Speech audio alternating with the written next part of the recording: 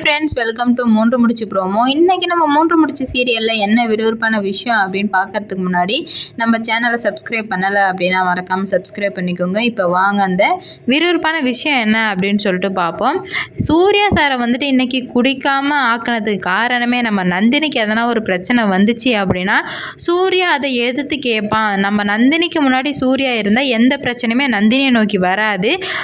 அப்படியே பிரச்சனை வந்தாலும் அதை சூர்யா வந்து சமாளிச்சிடுவான். அதனால் நந்தினிக்கு எந்த ஆபத்தும் வரக்கூடாது அப்படின்னு தான் அருணாச்சல ஐயா இன்னைக்கு சூர்யாவை குடிக்காமல் வச்சிட்டு இருந்தாரு. அதே மாதிரி எல்லாமே ஸ்மூத்தாக தான் போயிட்டுருக்கு. திதி கொடுத்துட்ருக்காங்க நம்ம நந்தினி. ஒரு பக்கம் சந்தோஷமாக தான் கொடுத்துட்ருக்காங்க. ஏன்னா அருணாச்சல ஐயா இன்னைக்கு ஃபுல்லாகவே வந்து நம்ம நந்தினி கிட்ட என்ன சொன்னார் அப்படின்னு பார்த்தீங்கன்னா, நீ என்னை மாமான்னு உரிமையாக கூப்பிடுன்னு ஒன்று சொன்னது. அதுக்கப்புறம் வந்துட்டு சுரேகா மாதவிலாம் வந்துட்டு நந்தினியை கலாச்சிட்டு இருக்கும்போது இதுக்கு மேலே அவளை கலாய்க்கக்கூடாது, அவள் இந்த வீட்டு மருமக அப்படின்னு சொல்லிட்டு ஸ்ட்ராங்காக சொன்னார். அந்த இடத்துல நம்ம நந்தினிக்கு ரொம்ப சந்தோஷமாக இருந்தது. இப்போ தான் அவளுக்கு வந்துட்டு இந்த வீடு நம்மளோட வீடு, நம்ம இந்த வீட்டு மருமக அப்படின்ற தாட்டே வந்திருக்கு. ஏன்னா நமக்காக ஒருத்தவங்க சப்போர்ட் பண்ணி பேசுகிறாங்க.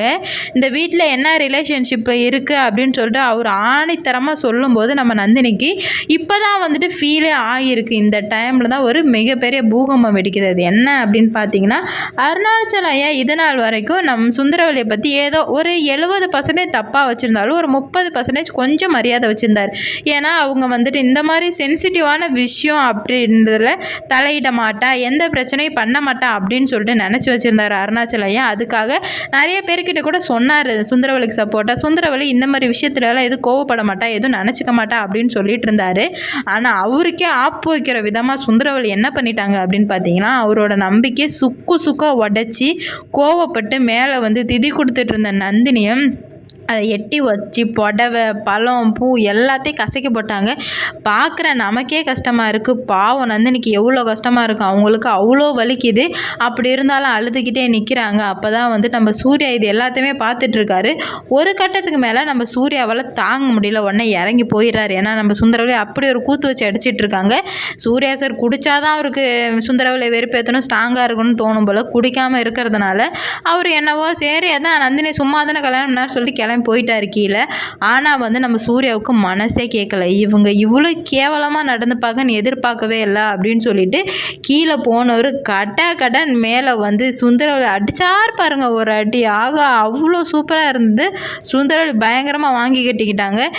அவள் என்னோட பொண்டாட்டி, அவள் ஏன் மாமியாருக்கு திதி கொடுக்குறாங்க, அதை கேட்குறதுக்கு உங்களுக்கு எந்த உரிமையும் இல்லை. இதான் ஃபஸ்ட் அண்ட் லாஸ்ட். இன்னொரு வாட்டி வந்துட்டு என் பொண்டாட்டியை தொடுற வேலை வச்சுருந்தீங்க அப்படின்னா உங்களுக்கு அவ்வளோதான் மரியாதை அப்படின்னு சொல்லிட்டு சூர்யா பேசினதை கேட்டதுமே நம்ம நந்தினிக்கு அருணாச்சலத்தும் செம ஷாக். ஏன்னா அவர் இன்னைக்கு குடிக்கவே இல்லை.